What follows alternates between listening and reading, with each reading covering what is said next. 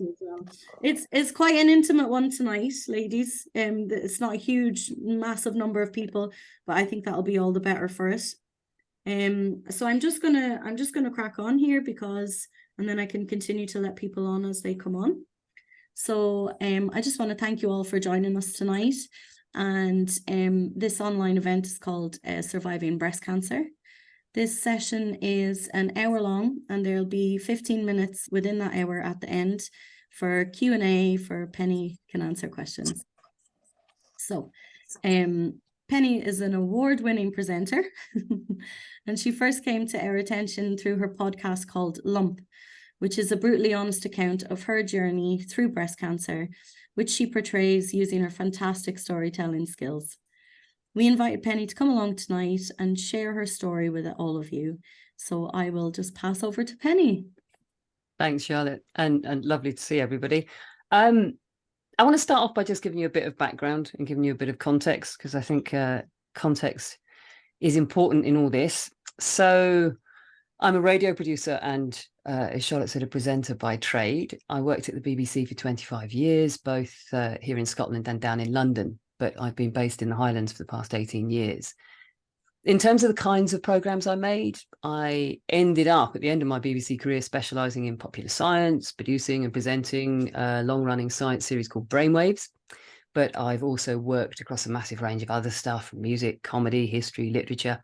And I developed and produced the Kitchen Cafe and Kitchen Garden food programmes for the BBC in Scotland, which you might have heard of. Out of work, I've got a teenage daughter, a very teenage daughter. I love to cook and garden, and for many years I cycled a lot, and by a lot I mean most weekends I'd be out on a Saturday cycling 60 or 70 miles plus, and cycling during the week. So why am I telling you all this? Well, I guess because up until 10 days before Christmas 2019, those are probably the things which I thought defined me. A successful, driven, confident, fit, healthy mum of one. And then everything changed because I found a lump in my left breast. I'd been out cycling, which was pretty usual for me, and I was showering afterwards, and I just ran my hand down the left side of my body in the shower, and something just felt wrong, weird. It felt a bit like bruised bubble wrap. I didn't for 1 second imagine I would have cancer. I mean, that didn't fit with my definition of me at all. I was not someone who would get cancer, but I got it checked out.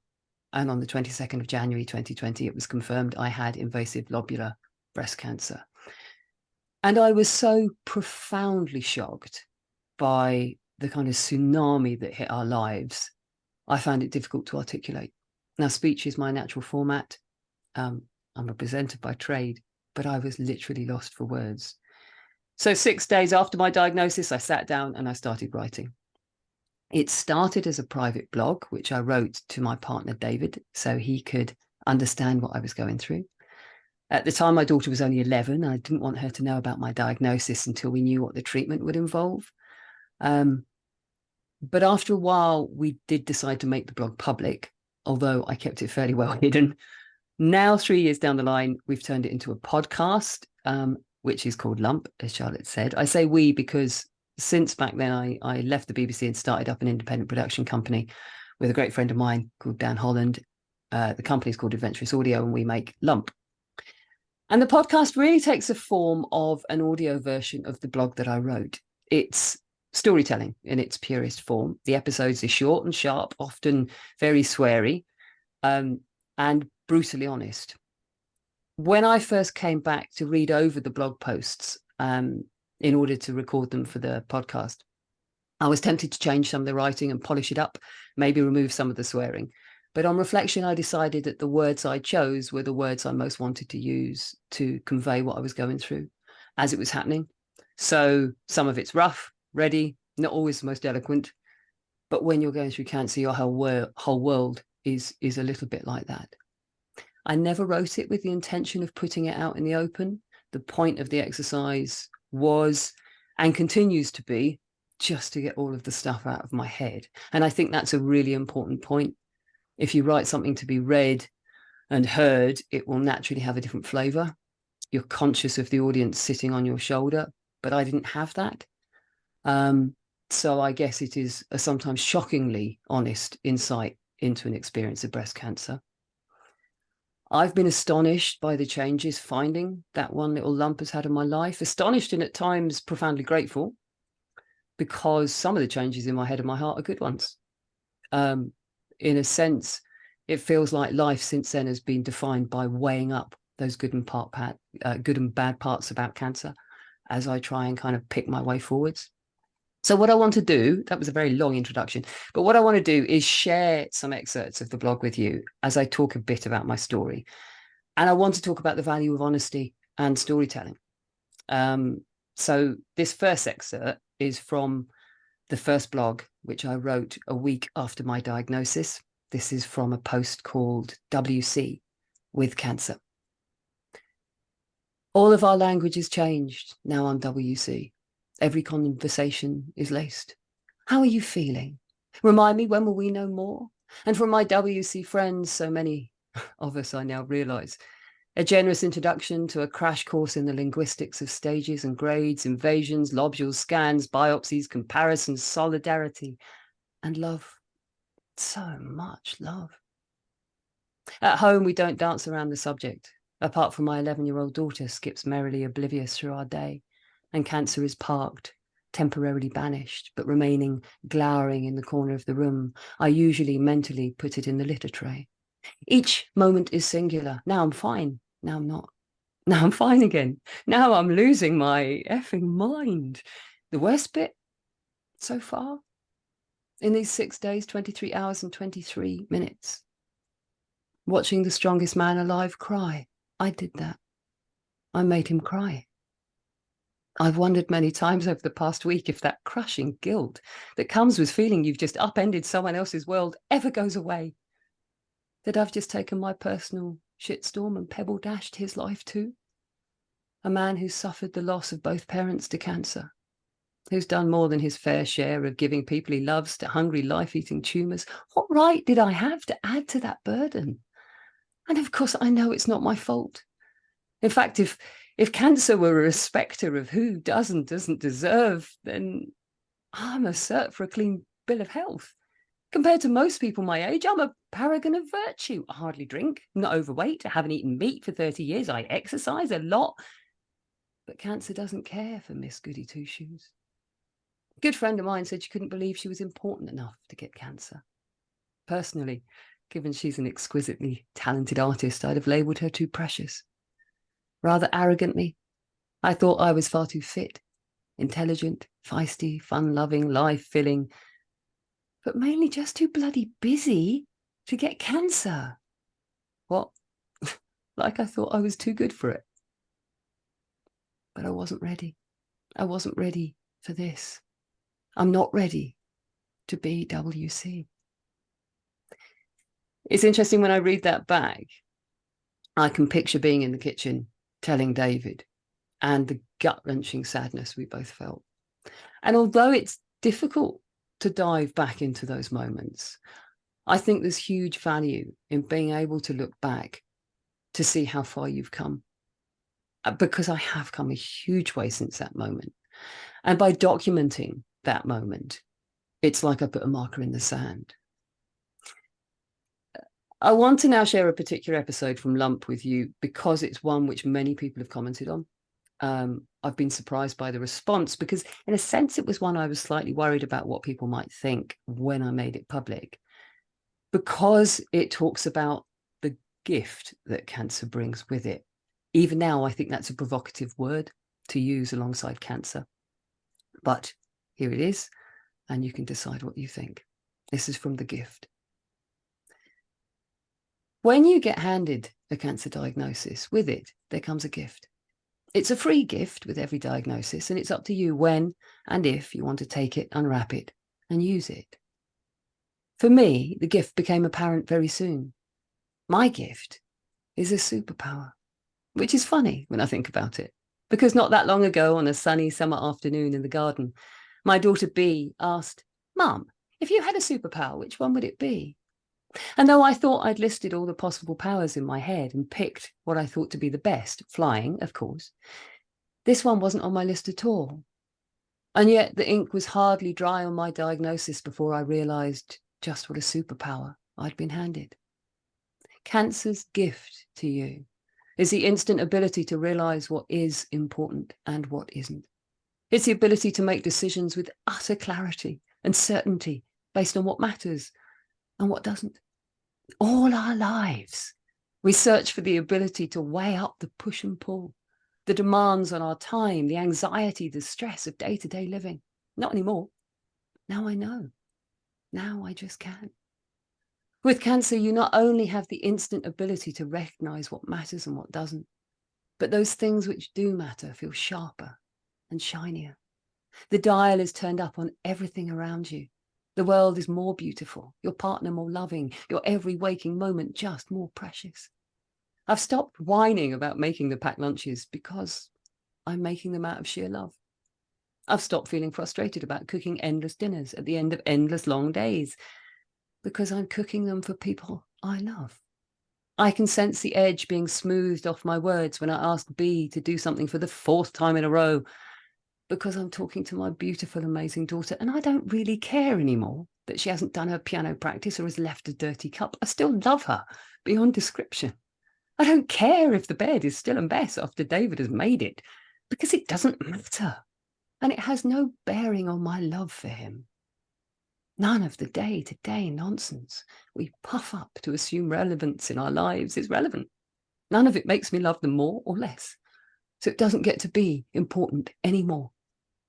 So the paradox is that while I'm utterly broken-hearted and heavy with dread that I'm carrying this cancer in my breast, my movements through this world feel lighter, freer, less troubled.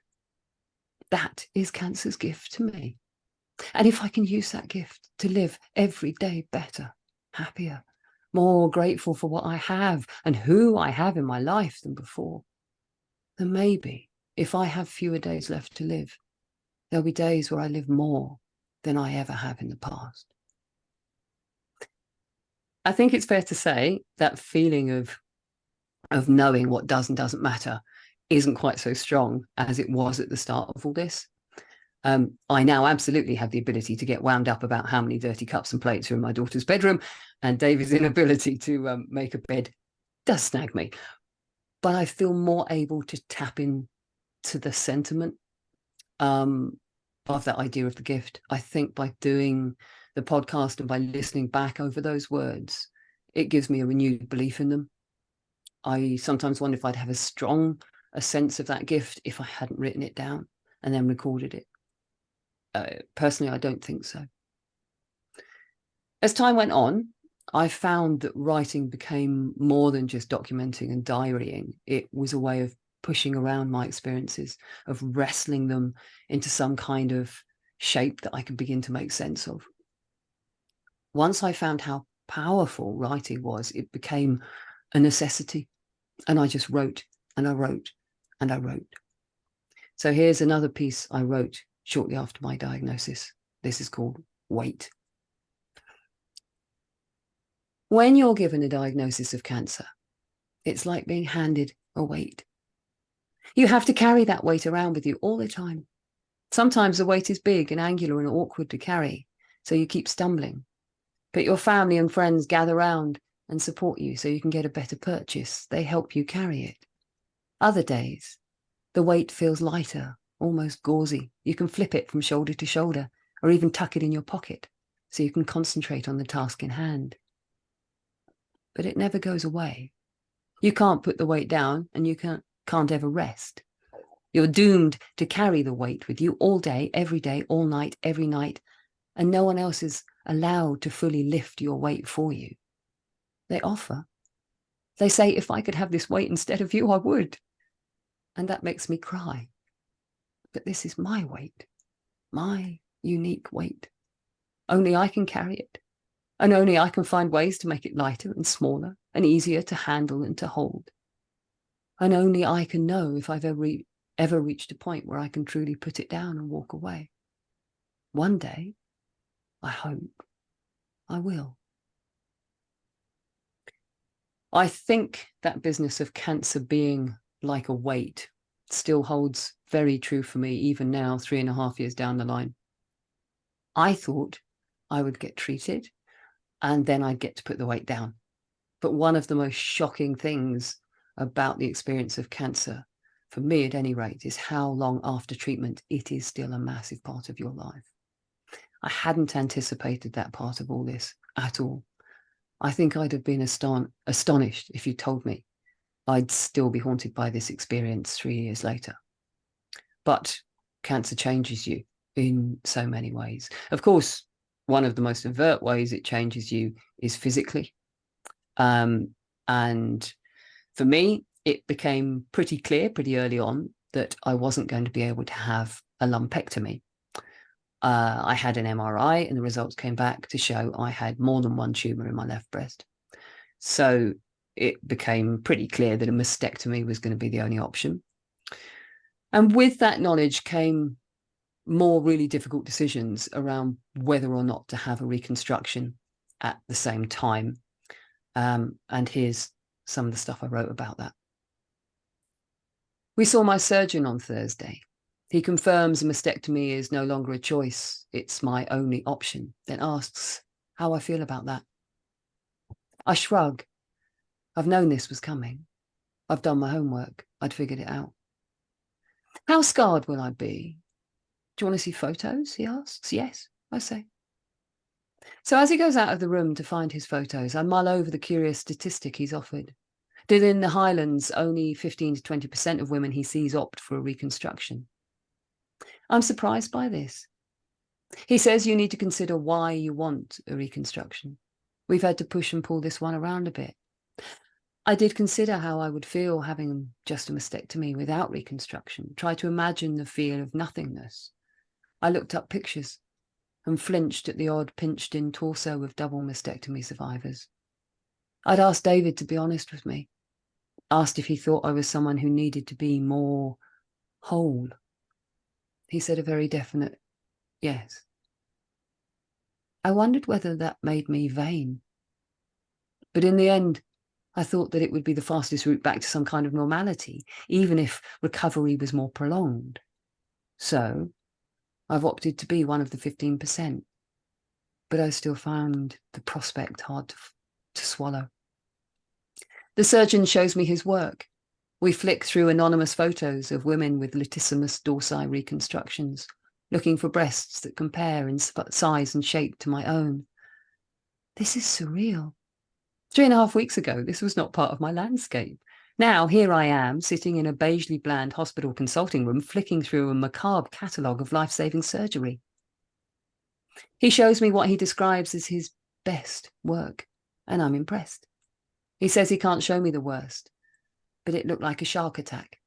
It all fell apart. I'm deeply reassured by his honesty and his ability to deduce that I need that honesty. I don't need subtle, smooth words.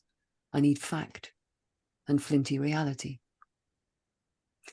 For any of you who don't know, a latissimus dorsi reconstruction uses muscle and fat from your back and effectively posts it through to the front of your body to form a breast. If I'm honest, I look back on that decision to have that kind of reconstruction with a really complex mix of feelings. I think I went into it without properly researching what the impact on my body might be, and I think it was probably a poor choice on my part, given how important exercise and being very physically active was back then in my life and is still now.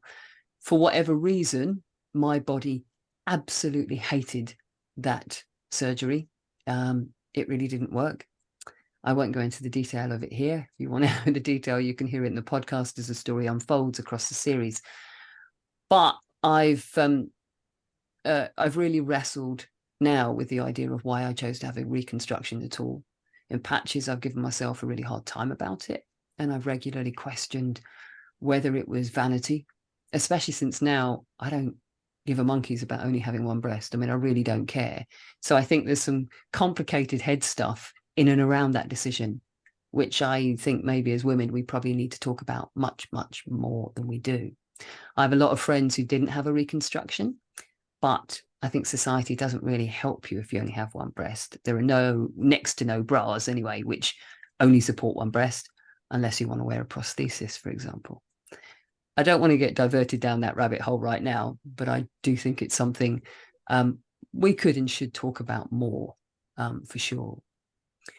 So I made my decision to have a reconstruction, and my surgery was booked for the 10th of March, 2020. Before that surgery, I had other surgery to remove one of my lymph nodes to see if the cancer had spread, and it hadn't, which meant chemotherapy became unlikely, which was a huge relief. But still, the prospect of surgery was pretty terrifying for me. This is a post called Awake. It hasn't been podcast yet. I think it's going out at the end of next week. It's a bit longer, but I think it captures just how intense that time was for me and how I felt about it. So this is Awake. I lie back in the bath and search for relief from the constant pain in my armpit. Yesterday's giddy high from learning the lymph nodes are clear has been replaced by a fresh sense of exhaustion and dread for next week's operation. My left breast is swollen and bruised, stained turquoise from the biopsy, and I suddenly feel weirdly sorry for it, both for what it's been through over the past few weeks and what lies ahead. I take time to study it in a way I never have in all the years it's been a part of me. Pushing aside the bath bubbles, I focus in on the scattering of freckles across the left side of my chest, trying to memorize them and wondering if they'll survive the mastectomy. Should I take a photo of her? Her? I've started to talk about my left breast as if it's a separate part of me, almost like I've started to create a distance before it's removed. I'm crying again as I take a sip of wine, although I can't quite articulate what I'm crying for. When a mastectomy started to take root in my mind as being the only possible path to clearing me of cancer, I immediately started to grieve for the loss. I've never been very keen on my body, rather the opposite, in fact. Now, though, lying chin deep in the beautiful claw-footed freestanding bath which David fitted for me, I feel a sense of injustice on behalf of my poor, much maligned and unloved body. I look down and I see full and muscular legs which have cycled me for miles through some of the most beautiful landscape in the world. The jagged C-section scar isn't ugly. It's evidence of delivery of my amazing daughter. I may not have soft and feminine curves, but that's because my frame is solid and strong and capable. It's a body which hasn't wavered or buckled under any challenges over the years. Why have I given it such a hard time? Why haven't I loved this hard-working, supremely effective and useful body more? Waves of anger at why I've wasted time in self-loathing lap at me.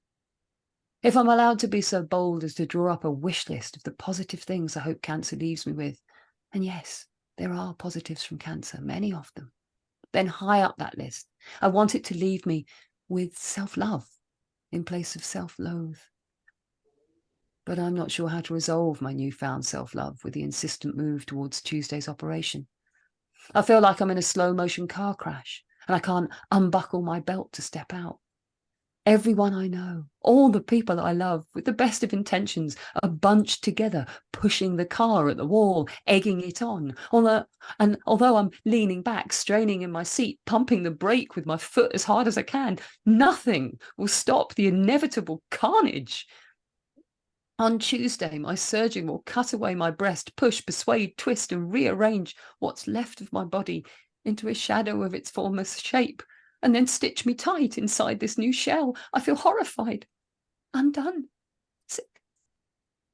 I reach for the imaginary gear stick and slam the car into reverse. I want to unravel this life, rewind back to the unknown moment in my past when the cells in my left breast decided to divide, change, and run off on their own unchecked course.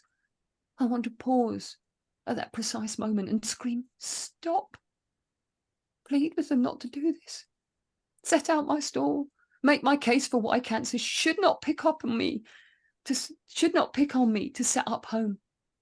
I want to call all the witnesses who've commented over the past few weeks, I'm too healthy, look so well, I'm too fit, too positive, too capable, too what? Too good? for this path in life, or just too effing scared? But I can't find reverse. I've even considered running, driving north to Ascent, hiding in the folds and creases of that landscape I love so much until Tuesday's passed. Trouble is, I know Ascent too well. I've hidden there before, and I'm well aware that the Lochans just act like mirrors to my soul. So far from hiding from my cancer, I'd only end up incarcerated with it, unable to escape its persistent whine. No, I have no choice but to step forwards towards the knife. And while my family and friends smile gently, nodding encouragement, telling me this will soon be fixed and consigned to the past, inside I silently buck and kick, a toddler who's arching against the tightening strap of their safety seat, furious that I am being left with no choice. It's hard reading that back, but again, I feel the power of having written that down is I can go back and reread it and listen to it, and I can feel great compassion and sympathy for that self that was in that path. I think those things are valuable things to be able to feel. I think we should all cut ourselves more slack. And in those moments when I beat myself up about not being thin enough, young enough, too wrinkly, I can go back and read those words and remind myself to celebrate what my body has achieved over the years, and celebrate that so far it has also got through this. I want to pick up on that notion of being left with no choice. One thing I found about blogging my story is it has sometimes helped me find answers. To cut a bit of a long story short, 2 weeks after my mastectomy, and in the first week of the first lockdown, we moved house. We moved to an amazing landscape overlooking Loch Ness, and that landscape then became a really important part of my healing and my recovery. I spent a lot of time walking or swimming or kayaking in this landscape. But what I found really interesting is that writing about those journeys has been even more powerful than the journey itself. Writing has somehow turned up the dial and made me notice so much more about the landscape and my place within it. It's also allowed me to find solutions and answers that I wasn't able to find without using writing as a vehicle. I'll give you an example, and this is from much further on in the blog and much further on in the podcast. But one day I walked up the hill behind our house and I was really churned up and unsettled. I was looking to try and piece something together about how I felt about how cancer had robbed me of choice, had disempowered me. I had no choice but to have treatment or I'd die. So choice was ripped from me, but that infuriated me. And when I walked up that hill, I couldn't quite resolve it all. But when I came back to write that walk and make that same journey through words on the page, when I reached the top of the hill in my mind, I suddenly found clarity. And this is what I wrote. This is from a piece called Chosen. I turn off the path and push up through the heather, grasping at tufts to pull me up a sharp rise till I come to rest by stunted, wind-bruised pine standing on its own. We've seen better days, this pine and me, but here we are, still standing, in spite of what's flung at us, up on top of the hill on this glorious day. I feel a tenderness towards it. The sun hovers just above the brow of the hill, spilling onto the bracken, setting it ablaze. Hunkering down to eat my cheese and apple, I look along Loch Ness to Loch End Beach, following the line of the river, then the canal with my fingertip, narrowing my eyes to squint as waters flow into the Murray Firth and in the distance to where they wash the sands of Nairn, then Findhorn.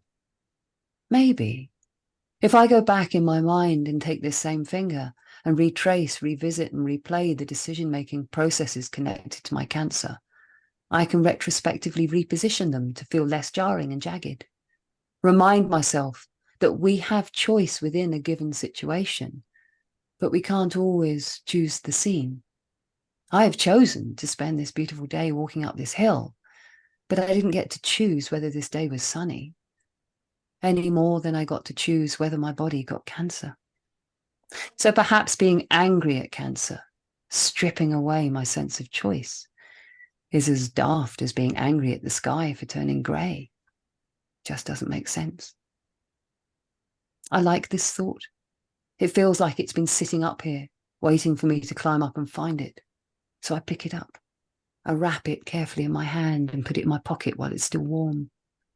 Then I turn and make the choice to head back down the hill and home. Sometimes I found through writing all this stuff down, even the most mundane things, and choosing to share it, it's given permission to other people to help me. You know, you don't always want to keep crying on the same shoulders. So sometimes I found that through crying onto the page, different shoulders would step forward and help me carry that weight. A good example of this was when I wrote about having to throw away my old bras. Now, of course, after a mastectomy, your body is not the same. And I distinctly remember opening the drawer to throw things away and then just standing there, unable to do anything but cry. So instead, I closed the drawer, sat down, and I wrote instead. So this is from a piece called Underwired. I opened the drawer to start acclimatizing to the idea, touch my hand to some pretty peacock blue flowers. I can't quite get my head round why it feels so bitterly, gut-wrenchingly awful to scoop up this flimsy material and bin it. But it does. The pragmatist in me argues that the bras are just taking up space. They're annoying. The therapist in me argues that every time I'm trying to find a bra I can actually wear and have to rifle through and reject all this lace and underwire, push up and plunge, I'm only serving to press psychological pins deeper into my wounds. I know the pragmatist and the therapist are right, but it doesn't make consigning this part of my past to the past any easier. It hurts. Shortly before I got my mastectomy, I floated round the shops, dazed. I'm not sure why I put myself through the pain of slowly walking through the underwear department at M&S. Perhaps I was already grieving for what I was about to lose. I ran my fingers over the lace trims and satin bows. There was a green silk bra set I was particularly drawn to. I kept going back to touch it, loving the light, slippery feel between finger and thumb. I fantasized briefly with the idea of buying the beautiful bra and matching French knickers to wear once I'd recovered. It would be a sign I still thought myself deserving of dressing up in such gorgeous, flimsy, feminine things, evidence of my determination to feel sexy and appealing irrespective of my scars.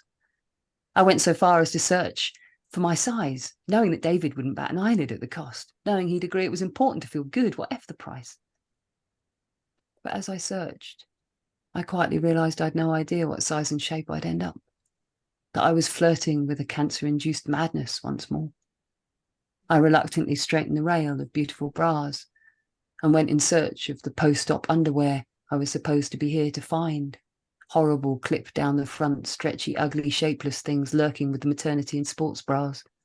I left, empty-handed, not ready to commit. I can't escape the irony that although I tell my daughter she is utterly beautiful the way she is, and explain that attraction is far more nuanced and subtle than the purely physical, that charisma and character, humour, intelligence, body confidence are all just as essential ingredients in the mix. In truth, I struggle to believe any of this when I look in the mirror. If I still look in the mirror at all, I still flinch at the horror of my scarred, battered and brutally changed body. How on earth do I ever feel attractive ever again? Maybe this is all a bit ridiculous anyway in a 50-year-old woman. Maybe my desire to be desirable is laughable. As one ill-chosen ex-boyfriend once told me, "You're no oil painting." Although I'm tempted to track him down just to prove him wrong by declaring I've turned into the perfect Picasso.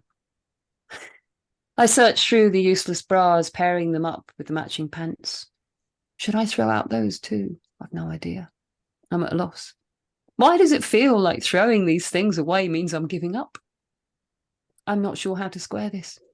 Whatever it is I'm reaching for remains out of reach. I gently tuck the neatly paired pants and bras away at the back behind the socks, then slowly shut the drawer. The great bra throwaway will have to wait. Now, having written that down and published it on my blog, a friend rushed off to find me companies which specialised in post-mastectomy underwear. And within a week, I'd thrown away all the old bras and bought new undies, plus gained the joy that this friend had stepped up to help, and she felt good because she could help. When I decided to publish my writing as a blog, a friend asked me whether I was afraid of being so honest. And it made the value of honesty. When I make documentaries and radio programs or podcasts, I engage my inner editor. I constantly evaluate what should stay or go, what I should or shouldn't say or share. It was really interesting that in writing about cancer, there was suddenly no editor involved. I found writing profoundly liberating. All the rules I'd used for 25 years as a BBC producer went out the window. Now I was just writing with the sole purpose of being honest. I needed it to be honest and raw because that's the job it was designed to do. I also realized that we perhaps fear honesty because we worry we will be judged. What was so liberating about writing my story was I realized I had no fear of being judged because I simply didn't care what others thought. They could like my writing, they could loathe my writing. It made no difference whatsoever to me because I wasn't writing it for them. I was writing for me and my partner, no one else. So I think writing has the power to liberate you from your ego and from the judgment of others. Having said that, I still found the most honest stories were the hardest to post and make public, but they also probably almost always get the biggest reaction. Honesty is a currency. If you give honesty, you get honesty back. And I've been amazed by how many people felt they could open up to me about things and feelings, often nothing to do with cancer, but because of how much I've shared with them. So writing has brought me the gift of other people's trust and short stories and sharing. And I am profoundly grateful for that. That brings me to my last point, which is about the power of writing to create a shared space and experience. Cancer is at once an entirely lonely, unique individual experience, while at the same time being something that so many of us share. What fascinates me about writing about cancer is it opens up so many areas of common ground, even though you're writing about something that is deeply individual. Before I got cancer, I would never have thought that I'd be someone who would want to seek out other people with cancer, but it has been so important. So the last piece I want to share with you is in honor of the amazing people I've met through having cancer and through choosing to share some of my story. So this is from a piece called Bruised. In a landscape that offers up no end of breathtaking days, today is a jewel in the crown. I walk down to the loch side, standing to squint as the sunlight catches on the snow-covered stones lining the shore. The temperature has dropped sharply over the past week, until now the air itself seems to have cooled to a pause. A single delicate cloud floats over Elduri Castle opposite. A handful of ducks bob over its perfect mirror image. The beauty of the day sits at odds with my mood. As I sit at the loch end, delaying the moment I turn for home, my mobile rings and an arm reaches out to gather me into a sisterly embrace. It's an arm I hardly know, but I lean in, soaking up the comfort and companionship. The sense that this friend has joined me in the trench makes me swell up with gratitude. I have a new crew of bad boob buddies to play with. I'm not sure the collective noun for breast cancer survivors, but there's so very many of us, I'm tempted to coin one. A bruise of survivors, perhaps, because we all are bruised. We're black and blue with it. Even a year on, hardly any of us are fading to green and yellow. The four of us met through a breast cancer charity course, and I found myself clinging to these women like a life raft. I'm intrigued by the instant connection that cancer has given us, a bold and brazen camaraderie, which I can't imagine happening so lightning fast, but we're not all sideswiped by breast cancer. So it's my bruise of new friends that I turn when I linger on the shore, sharing how today it's my turn to sit with the black dog. And it's one of these women, Polly, who calls to listen. In the wake of social media and so much of our life now being conducted over messaging of one form or another, a call has become a much more intimate and invested gesture. That voice in your ear, the audio equivalent of gently reaching out to touch someone else's skin. We trade stories of our daughters' shared ages and struggles. We unite over the precariousness of trying to guide your child through cancer recovery alongside COVID and the sheer unadulterated weirdness of the world this past year. And by the time I reach the bottom of the track, I am unwound. I'm ready to climb back up, knowing that although our paths are uniquely personal, we're not walking any of them alone. I thought I would stop writing and telling my story when the cancer was cut from my body. But to be honest, that was really only the beginning of all of it. For me, storytelling has been a really profoundly important part of this whole experience. Storytelling won't be for everyone, but it might be for you, whether you choose to share it publicly like I have or not. But what I am certain of is that each of you listening here tonight has a story to tell. We all do. And each one is equally valuable and precious and potentially powerful. That's me.